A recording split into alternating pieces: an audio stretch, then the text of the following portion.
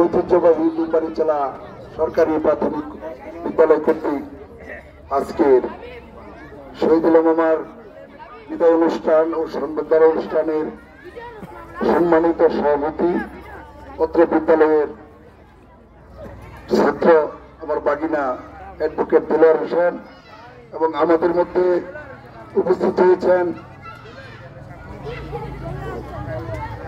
Telihati union যুবদলের সংগ্রামী যুবনেতা, Telihati union যুবদলের সংগ্রামী সাধারণ সম্পাদক এবং গাজীপুর জেলা যুবদলের যুগ্ম জনাব এরশাদ সরকার এবং আমাদের মধ্যে উপস্থিত হয়েছেন পত্র ওয়ার্ড বিএনপি সম্মানিত সভাপতি জনাব শহীদ ভাই এবং আমাদের মধ্যে উপস্থিত হয়েছেন ডুমবাড়িচলা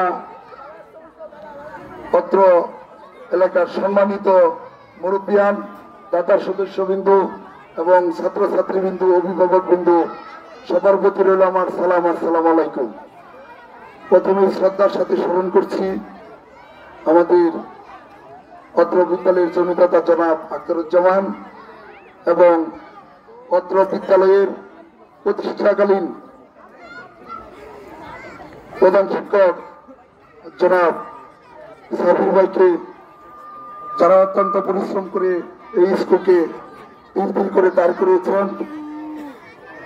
আর প্রথমে ধন্যবাদ জানাই পত্র বিদ্যালয়ের শিক্ষক মন্ডলী, যারা শহীদুল মামাকে বিদায় দেওয়ার জন্য অত্যন্ত সুন্দরভাবে একটা পরিবেশ করে দিয়েছেন। তাদেরকে সবাইকে জানাই আমি ধন্যবাদ। আর আমি ধন্যবাদ জানাই পত্র বিদ্যালয়ের শিক্ষক এবং এলাকাবাসীকে, যেখানে আমাকে আজকে অত্র বিদ্যালয়ে সম্মাননা করেছেন।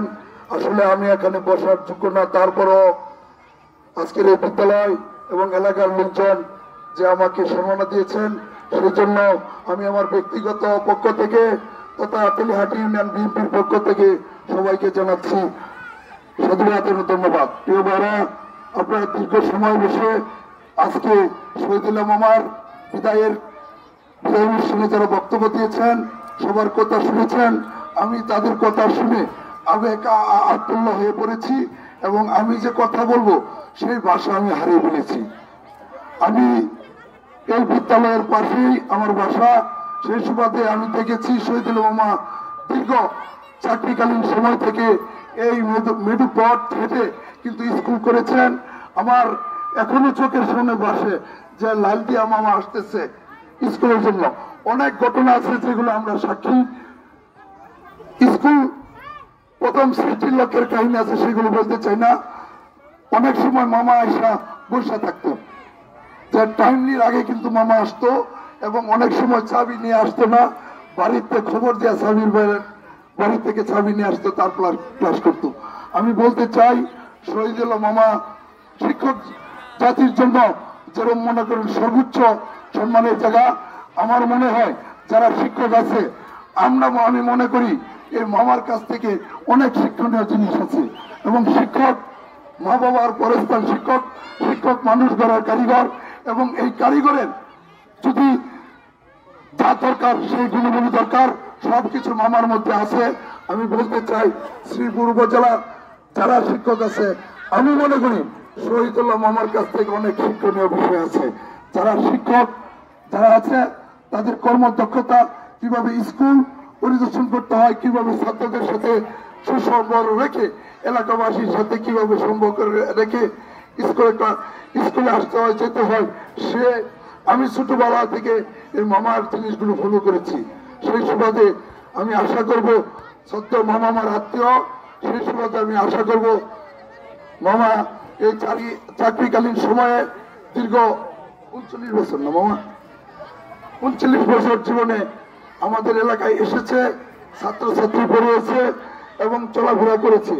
যদি কারোর সাথে কোনো খারাপ আচরণ করে থাকে, আমি শুধু আজকের অনুষ্ঠানের প্রধান হিসেবে নয়, তার ভাগ্নে হিসেবে আমি সবার কাছে ক্ষমা চাই।